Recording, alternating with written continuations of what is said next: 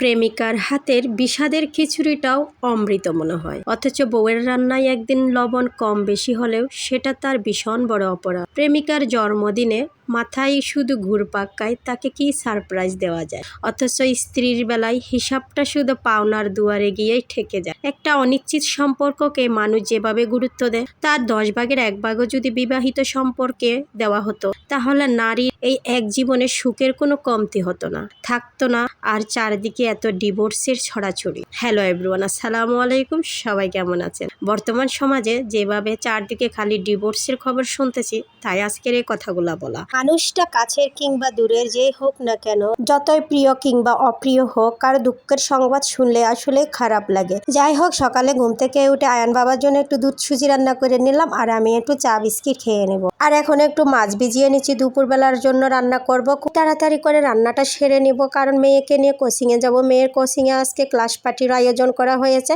অন্যান্য দিন মেয়েকে কোচিংয়ে দিয়ে আমি বাসায় চলে আসি, রান্না বান্না করে আবার আনতে যাই, কিন্তু আজকে যেহেতু অনুষ্ঠান আছে কোচিংয়ে, সেজন্য একটু দেরি করে আসবো, কারণ আমরা অভিভাবকরা মিলে একটু ঘোরাফেরা করব, নাস্তা পানি খাবো, তারপরে বাসায় আসবো। দেরি হবে, তার জন্য সবাই মিলে প্ল্যান করেছি রান্না বান্না করে সকাল সকাল বের হয়ে যাব। এসে হচ্ছে আবার রান্না বান্না করতে পারবো না, একদম সময় থাকবে না। দুপুরে আবার আমার ছেলে ভাত খেতে আসবে, তাই আমি সেই সকালবেলা ঘুম থেকে উঠে আগে রান্না বান্না শুরু করেছি। তো এই তো দুপুরবেলা রান্নাগুলো কমপ্লিট করেছি।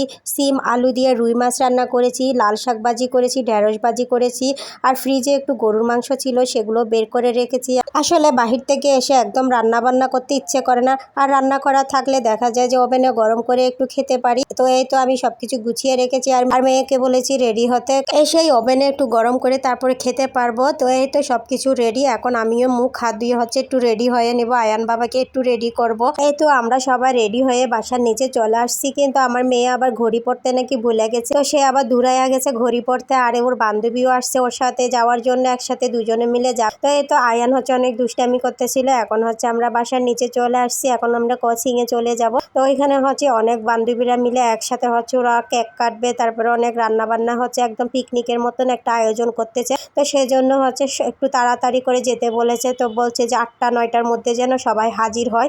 তো এই তো আমরা কোচিংয়ে চলে আসছি। এখন হচ্ছে মেয়েদেরকে এক রুমে এবং ছেলেদেরকে এক রুমে ভাবে আলাদা আলাদা করে স্যাররা বসিয়েছে, আর অন্য জায়গায় হচ্ছে রান্না বান্না হচ্ছে বাবুর্চি দিয়ে। আমরা অভিভাবকরা মিলে অনেক এনজয় করলাম, পাশে রেস্টুরেন্টে বসে সিঙ্গারা সমুচা চা নাস্তা খেলাম, তারপর ঘন্টাখানেক গল্প গুজব করে বাসায় চলে আসলাম। যেহেতু আমার বড় ছেলে দুপুরবেলা ভাত খেতে আসবে, তাই আমি আজান দেওয়ার সাথে সাথে বাসায় চলে আসি, কিন্তু আয়ান আসে নাই। আয়ান হচ্ছে ওর আপুর সাথে কোচিংয়ে থেকে গেছে। তা আমি খাওয়া দাওয়া করে আমার ছেলেকে মাদ্রাসা দিয়ে আবার মেয়েকে আনতে যাব কোচিংয়ে। আসলে ছেলে মেয়েরা বড় হলে যখন স্কুল মাদ্রাসায় ভর্তি করায়, তখন যে কখন দৌড়চাপের উপর দিনগুলো চলে যায়, কাজ করতে করতে বোঝাই যায় না। তো এই তো মা ছেলে দুজন মিলে এখন ভাত খেয়ে নিচ্ছি। সবাই ভালো থাকবেন, আসসালামু আলাইকুম।